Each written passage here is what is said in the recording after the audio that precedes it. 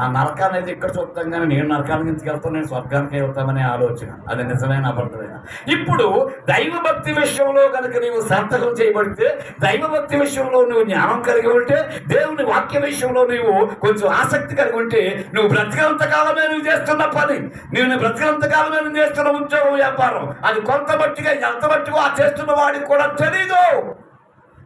ఎంత దౌర్భాగ్యమైన విషయం కాదు.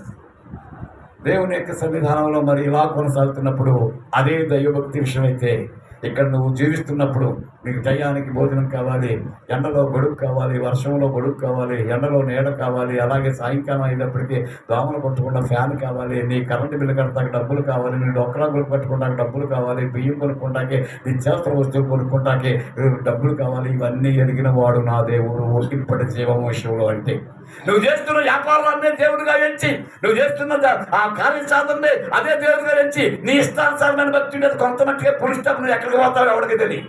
దాంతో పాటు అయ్యో ఇక్కడ జీవంతో పాటు నేను చనిపోయిన తర్వాత కూడా రాబో జీవంలో కూడా నేను ఆశీర్వదింపబడాలంటే, అక్కడ ఇక్కడ కూడా ప్రయోజనకరమై ఉండాలంటే, దేవుడు మనతో చెప్పిన మాట ఏంటంటే, దైవభక్తి విషయంలో సాధకం కలిగి ఉండండి. ఇది దైవభక్తి సాధకం ఉంటానికి 1,000 లక్షలు ఖర్చు పెట్టక్కర్లేదు, పనులు మానేసుకోక్కర్లేదు, యుద్ధాలు చేసి కొట్టుకుంటూ తిట్టుకుంటూ కర్రలతోటి కూర్చోక్కర్లేదు. నీకు నువ్వే దైవభక్తి పూజిస్తూ ఉండాలి, నువ్వు కష్టపడుతూ ఉండాలి, దేవుని నియమం కోసం నువ్వు పోరాడుతూ ఉండాలి. అప్పుడు దేవుడు సహాయం చేస్తాడు. ఇందాక ఇదే విషయాన్ని దేవుడు మాట్లాడాడు శృతి ఆరాధనలో. ఆ కష్టం అనేది మనం బ్రతకటం వరకే, ఆశీర్వాదం అనేది దేవుడు ఇవ్వాలి. ఎప్పుడు తెలుసా, నువ్వు కొంత మట్టికి నీ కష్టం నా లెక్క లేకుండా, నా చిత్తం లేకుండా, నీ చిత్తం ప్రకారం వెళ్తూ ఉంటే నువ్వు బ్రతికినంతకాలం కష్టపడతావు. అంతే అది కొంత మట్టికే ప్రయోజనకరం. అయ్యి బాబు 24 గంటలు కష్టపడి కూడమ్మా, ఎప్పుడు నిద్రతం చూడలేదమ్మా, తెల్లవారులు పనిచేసి కూడమ్మా, ఆయన కూడేరా అన్న సందర్భాలు కూడా ఉంటాయి.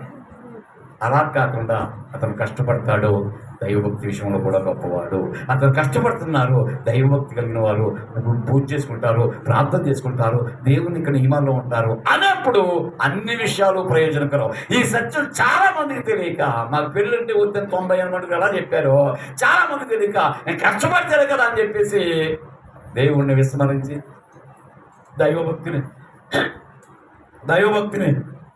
దూరం చేసుకుంటూ కష్టపడుతున్న భక్తులుంటే, ఆయన చెబుతున్న మాట అది కొంత మట్టికే ప్రయోజనకరం. హల్లెలూయా, హల్లెలూయా.